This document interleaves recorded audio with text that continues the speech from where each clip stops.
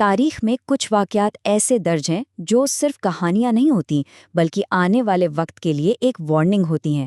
آج ہم ایک ایسے ہی ناقابل یقین سفر پر چلیں گے، ایک طوفانی سمندر، ایک گمنام جزیرہ اور ایک ایسی ملاقات جس نے مستقبل کے سب سے بڑے راز سے پردہ اٹھا دیا تھا۔ تو کہانی شروع ہوتی ہے 30 ارب ملاحوں سے، ایک بالکل معمولی کا سمندری سفر۔ وہ اپنے کام پر نکلے تھے، بالکل بے خبر کہ قسمت نے ان کے لیے کیا جال بن رکھا ہے۔ ایک ایسا طوفان آنے والا تھا جو صرف ان کے جہاز کو نہیں بلکہ ان کے پورے وجود کو، ان کے ایمان کو جھنجھوڑ کر رکھ دینے والا تھا۔ پورے 1 مہینے تک وہ سمندر کی بے رحم لہروں کے رحم و کرم پر تھے۔ جب ہر امید تقریباً دم توڑ چکی تھی، انہیں دور افق پر خشکی کا ایک نشان نظر آیا، ایک جزیرہ۔ لیکن یہ کوئی پناہ گاہ نہیں تھی، یہ تو ایک نئے بھید کی شروعات تھی، ایک ایسی سرزمین جو دنیا کے کسی بھی نقشے پر موجود نہیں تھی۔ اور اسی جزیرے پر ان کی ملاقات ایک قیدی سے ہوئی، ایک ایسی ہستی جو خود تو زنجیروں میں جکڑی تھی لیکن اس کی نظریں مستقبل کے پار دیکھ رہی تھیں۔ وہ ان کے بارے میں جاننے کے لیے بےتاب تھا اور بدلے میں اس نے انہیں وہ باتیں بتائیں جو کسی کے وہم و گمان میں بھی نہیں آ سکتی تھیں۔ یہ ملاقات ان کی دنیا بدلنے والی تھی۔ اس پورے واقعے کے جو مرکزی کردار ہیں ان کا نام ہے تمیم الداری۔ اس وقت وہ ایک عیسائی قبیلے کے سردار تھے اور یہ سفر انہیں نہ صرف سمندر کی گہرائیوں سے گزارنے والا تھا بلکہ ایمان کی ان گہرائیوں تک لے جانے والا تھا جہاں سے اسلام کا نور پھوٹتا ہے۔ تو ہوا یوں کہ ان کا سفر بہت جلد بقا کی جنگ میں بدل گیا۔ 1 مہینے تک سمندر ان کے جہاز کو کسی کھلونے کی طرح اچھالتا رہا۔ ہر لمحہ موت کا سایہ ان کے سر پر منڈلاتا رہا، اور پھر آخرکار ایک شام جب سورج ڈوب رہا تھا، ان کی ٹوٹی پھوٹی کشتی ایک انجان ساحل سے جا لگی۔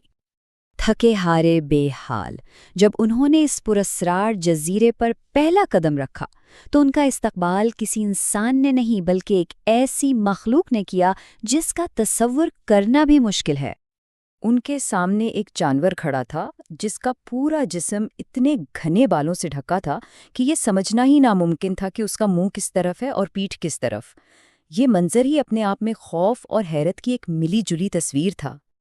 تھوڑی ہمت کر کے جب ملاحوں نے اس سے پوچھا کہ بھئی تم کون ہو، تو اس نے جواب دیا، میں جساسہ ہوں۔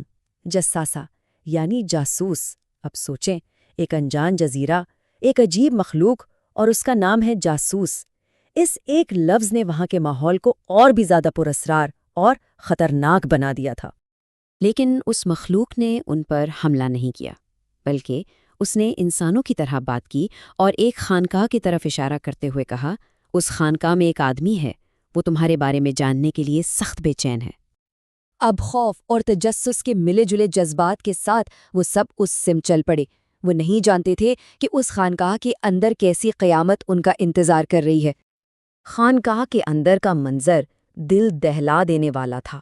انہوں نے اپنی زندگی میں اتنا قداور انسان کبھی نہیں دیکھا تھا۔ ایک دیو ہیکل شخص جو بھاری بھرکم زنجیروں میں جکڑا ہوا تھا، ہاتھ گردن سے بندھے ہوئے اور گھٹنوں سے ٹخنوں تک لوہے کی بیڑیاں، لیکن اس کی آنکھوں میں اپنی قید کا کوئی غم نہیں تھا بلکہ باہر کی دنیا کے لیے ایک عجیب سی بے چینی تھی۔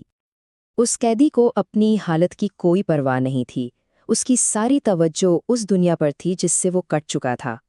اس نے ان ملاحوں کو دیکھتے ہی سوالات کی بوچھاڑ کر دی، اور اس کے سوالات بھی کوئی عام سوال نہیں تھے۔ وہ خاص جگہوں اور نشانیوں کے بارے میں تھے، ایسی نشانیاں جو آنے والے وقت سے جڑی تھیں۔ سب سے پہلا سوال اس نے بیسان کے کھجوروں کے باغوں کے بارے میں کیا۔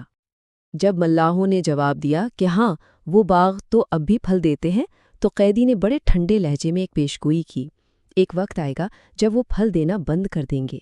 یہ اس کے غیر معمولی علم کا پہلا ثبوت تھا۔ اس کا اگلا سوال ایک اور اہم مقام کے بارے میں تھا، بحیرہ طبریہ یعنی دی لیک آف ٹبریس۔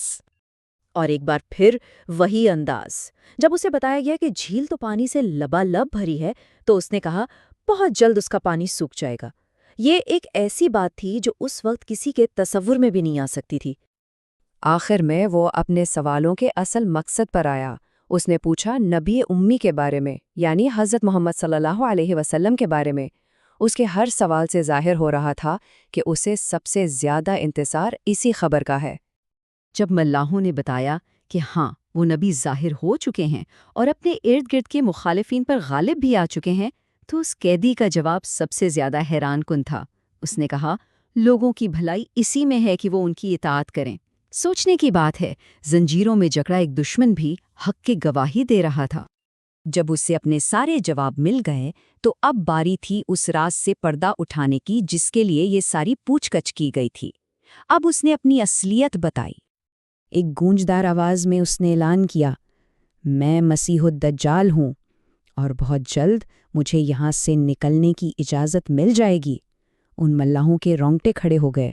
ان کے سامنے وہ شخص کھڑا تھا جس کے فتنے سے ہر نبی نے اپنی قوم کو ڈرایا تھا۔ لیکن یہ کہانی صرف ایک خوفناک تجربے پر ختم نہیں ہوتی، بلکہ یہاں سے یہ ایک ایسی حقیقت بننے جا رہی تھی جس کی گواہی تاریخ کی سب سے سچی زبان سے دی جانی تھی۔ اس ہولناک جزیرے سے بچ نکلنے کے بعد تمیم الداری سیدھے مدینہ پہنچے۔ وہاں انہوں نے نہ صرف اسلام قبول کیا بلکہ یہ پورا ناقابل یقین واقعہ لفظ بہ لفظ خود نبی اکرم صلی اللہ علیہ وآلہ وسلم کو سنایا۔